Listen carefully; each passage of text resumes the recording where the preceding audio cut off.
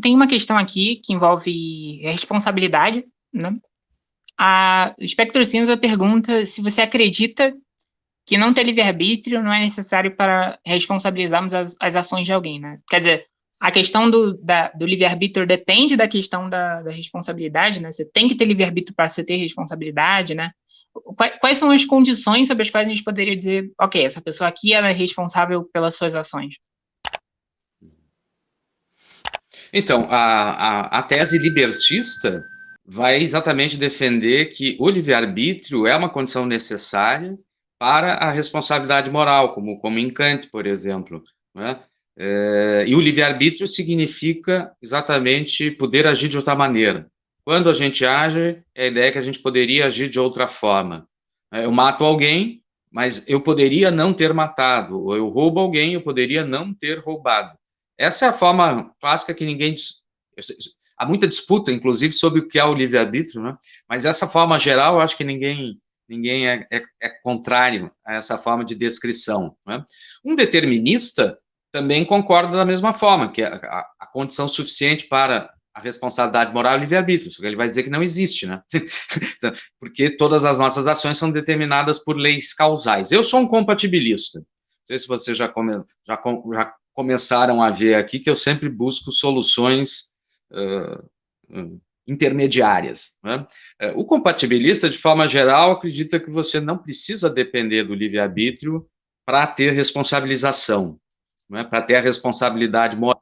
Mas você vai ter que ter algum tipo aqui, né, de controle, né? Você pode não ter o controle absoluto sobre, né, as ações alternativas que você poderia ou não fazer, mas algum tipo de controle você tem que ter. Condições aristotélicas de responsabilidade, a ação tem que ser voluntária, ou pelo menos não pode estar sendo coagido de fora, você tem que ter a capacidade deliberativa, capacidade de deliberação, não é, cognitiva, de pesar razões, você tem que ter uma capacidade, também uma capacidade motivacional, né, de agir também a partir daquelas razões que você identifica como corretas, imaginando que um psicopata, por exemplo, pode saber o que é o certo, mas ele não tem a motivação adequada para reagir com ele, né, para agir a partir dessas razões morais. O Frankfurt tem um exemplo que eu gosto muito para imaginar uma circunstância, uma situação onde você não poderia agir de outra maneira e mesmo assim poderia responsabilizar o agente. Ele imagina uma circunstância do Jones, é o Jones 4, tá? Pela questão do tempo, eu já vou direto no Jones 4, né? Mas, enfim, é aquela ideia que tem alguém que quer que o Jones faça um ato errado, né? Tem alguém que quer que o Jones mate alguém, por exemplo, faça um ato errado. Em que circunstância daí essa pessoa, por exemplo, ameaça o Jones, ou assim por diante? Aí a ideia para identificar de que maneira, então, você teria a responsabilidade do Jones.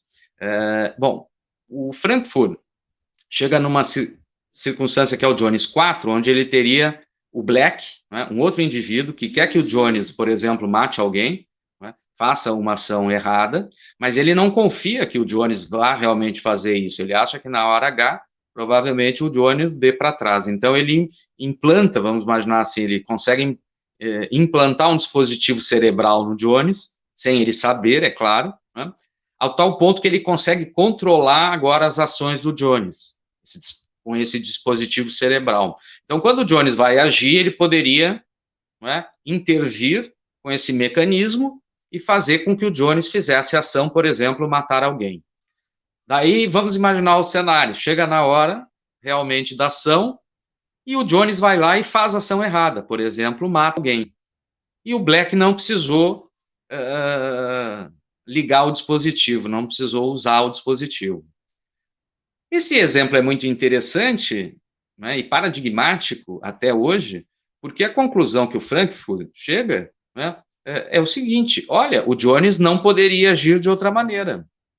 Ele não teria livre-arbítrio nesse caso, porque se ele não fosse matar aquela pessoa, fazer aquela ação errada, o Black acionaria o dispositivo e faria ele, sem ele querer, né, faria ele cometer aquela ação errada. Mas, de fato, o Black não ligou o dispositivo e ele fez a ação errada porque ele quis, porque, não é?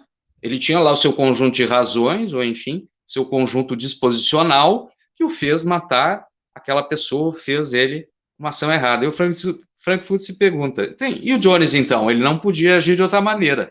Mas ele era responsável? Sim, ele era responsável, porque a sua ação foi decorrente dos seus próprios desejos, das próprias razões que ele não identificou, por exemplo. Ele teria uma razão para não matar, que matar é errado, e ele foi lá e fez a ação, não é? Mas, fundamentalmente, ele não tinha a capacidade de agir de outra forma, não é?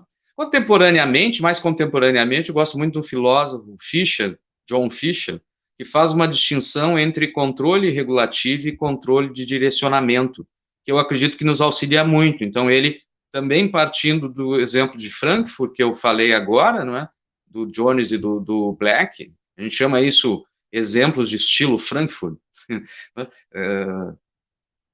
Ele imagina essa distinção. Então, por exemplo, o Jones não teria o controle regulativo, ele não teria a capacidade naquela ação agir de forma diferente.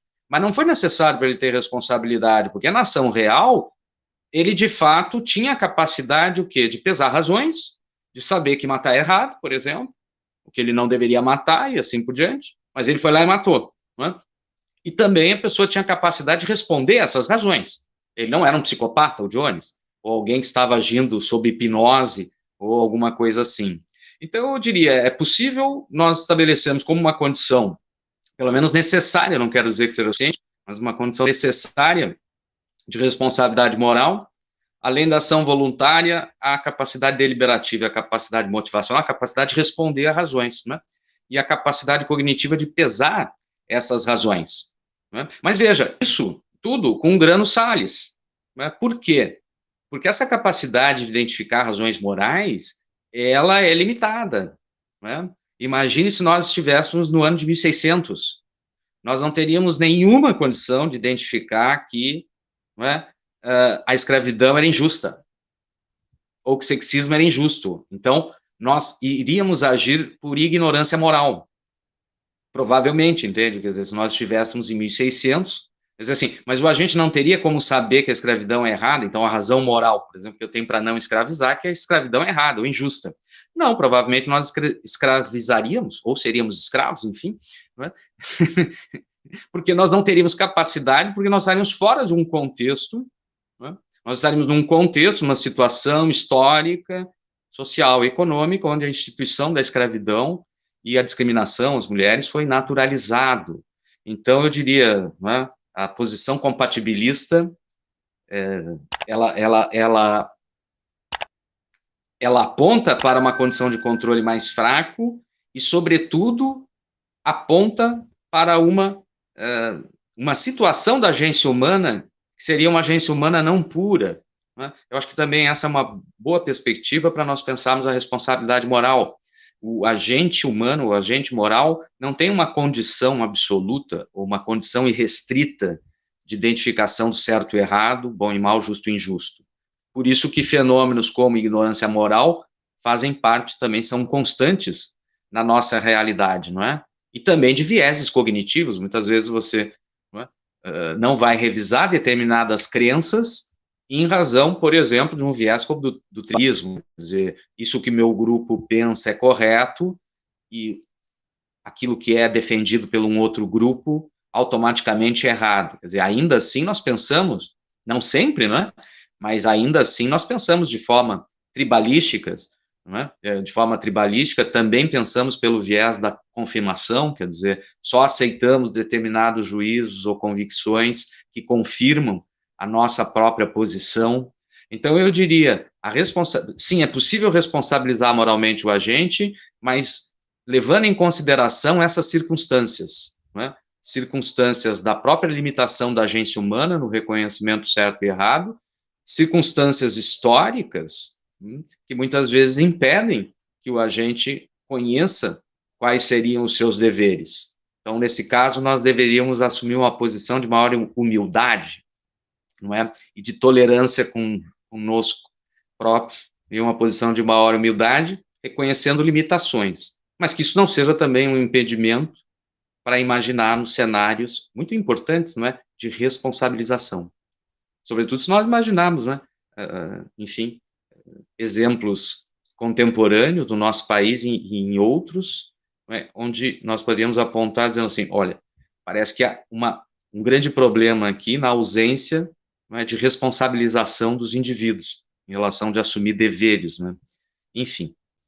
Olá, se você gostou desse vídeo, você pode ajudar financeiramente em padrim.com.br/elomarinho, doando a partir de R$1 por mês. Se quiser fazer uma doação única, também pode usar a chave Pix, que tá aqui na descrição. Todo o valor é reinvestido no canal. Se não puder, tudo bem. Já ajuda muito dar uma curtida nesse vídeo, compartilhar e se inscrever no canal Filosofia Acadêmica.